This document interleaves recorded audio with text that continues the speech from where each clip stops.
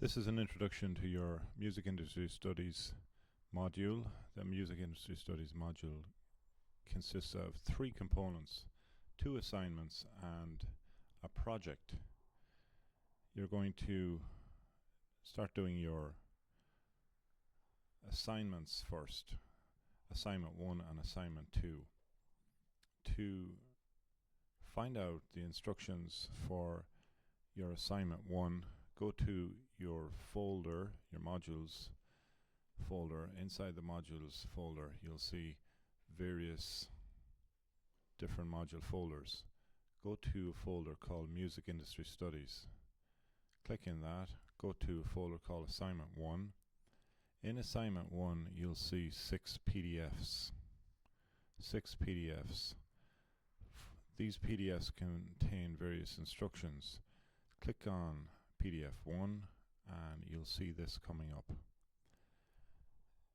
In assignment 1 you have 5 separate parts to the question, 5 separate parts to the question, and in total you have to write a minimum of 200 words per section. So there are 5 sections. Say you take section 1 of assignment 1, that has to be a minimum of 200 words. Section 2 has to be a minimum of 200 words, and so on.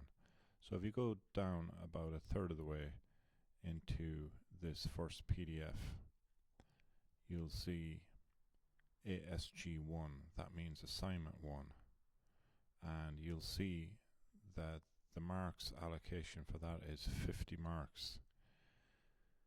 And assignment 2 is 50 marks, and the project is 100 marks, and the two of them combined are 200 marks, and then they get divided by 2 to get 100 marks, and so on. So the point being that just look at the marks, the weighting for each request that you have to carry out. So we look at here about a third of the way down, ASG1 assignment 1. Answer each of the following questions in at least 200 words, like I said.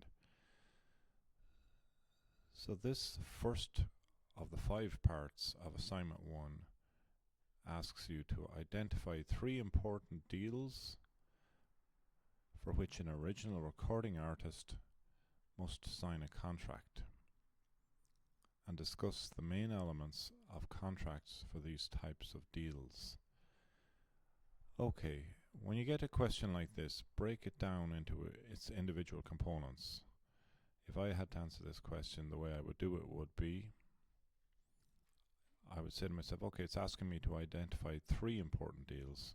Okay, so I'm going to have to talk about 3 different deals, and I'm obviously going to get a certain amount of marks per deal. And then I'll look at this, for which an original recording artist. So that's not somebody who does what's known as cover songs. In other words, sings other people's music. This is referring to an original creative recording artist. In other words, somebody who's writing and composing their own stuff. And then it's asking me to discuss the main elements of contracts for these type of deals. So basically talk about 3 important types of deals for which the original musician, composer, artist has got to sign. And those 3 important deals are a publishing deal. We'll talk about that in a moment. If we go to PDF 2, it'll tell us the second type of important deal that an original recording artist has to sign, and it's called a record deal. You've probably all heard of that in some context. And then if we go down here to the bottom of PDF 2, you'll see the third type of important deal that an original recording artist must sign. It's called a management contract. So the 3 important deals are a publishing deal, a record deal, and a management contract. You have to write about all of those different contracts that the original recording artist has to sign, and the sum total of everything you write about those 3 deals has to be a minimum of 200 words, because that's the instruction given to you in PDF 1. If you look at it here, look, I have the cursor here flashing under answer each of the following questions in at least 200 words. Okay, so to get you started, we'll talk about a publishing deal.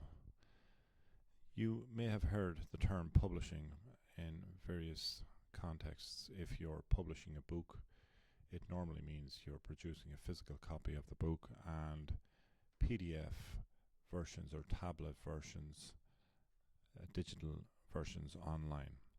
But in music, it means something completely different. Publishing really means the act of selling or promoting your original composition, your original work to somebody else, and that somebody else could be a record company or it could be another artist, and that other artist might be a very famous, successful, in inverted commas, artist who's well established. You might be starting off, you might have a brilliant song, you might want to get your name out there, but you don't have a name at the moment. You're not famous enough or established enough for anybody to even listen to you on any level. So you can't, as an unknown artist, just go straight to a record company. You have to have representation by a publisher. So a publisher is like an agent. It's a middleman, a middlewoman, middle person who will go between you and the very famous, well-known artist or the record company. A publisher will also try to get your music played on the radio, on television, on advertisements, as theme tunes for various programs, as maybe a corporate conference theme tune. It could be in an animation. So you need somebody to do what they call shop. Shop means to sell your music, and a publisher will do that. A publisher takes a huge chunk of all the money you make from your music. They take 50% on average. If they're doing the promotion, they're selling your music, they're placing your music, like I said, on places like advertisements on television, on programs. You'll often see or hear a band's music in an advertisement or in some kind of music program or a series or a Netflix documentary or Netflix series and so on. And the payments are normally made in the form of what's known as royalties. A royalty is a payment that is paid to an original artist for their work every time that original work is played or performed in any of those arenas or platforms I just mentioned previously. So what you're presented there are notes on that PDF1, to give you a background to what a publishing deal actually means. Some of that language there is not great. I didn't write this, but just have a look at here. A publishing deal. If a recording artist writes his or her own material or is, forget that word, there's a stupid word, intrinsically involved in the songwriting process, then a publishing deal is a highly sought after entity.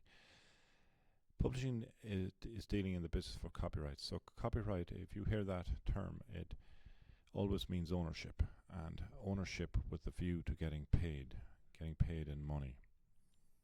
In creative industries like animation, illustration, music creation, script writing, those kind of things, there's a thing called intellectual copyright. In other words, the thing you own is not a hard form of anything. It's what you created from your mind, and it normally exists in paper form or digital form.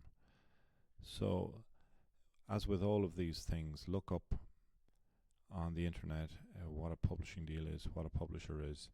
You're doing a QQI level 5, which involves a lot of so-called self-directed learning. In other words, you've got to do a lot of the work. You've got to get used to the idea of educating yourself, researching for yourself. If you're spoon-fed on this stuff, you'll never remember it. If you're including anything from the internet, make sure you provide the link, the URL, the universal resource link. Copy and paste the actual link to the information that you're providing and that you're supplementing your assignments or your project work. And that's publishing deal. We'll talk about what a record deal is in the next video.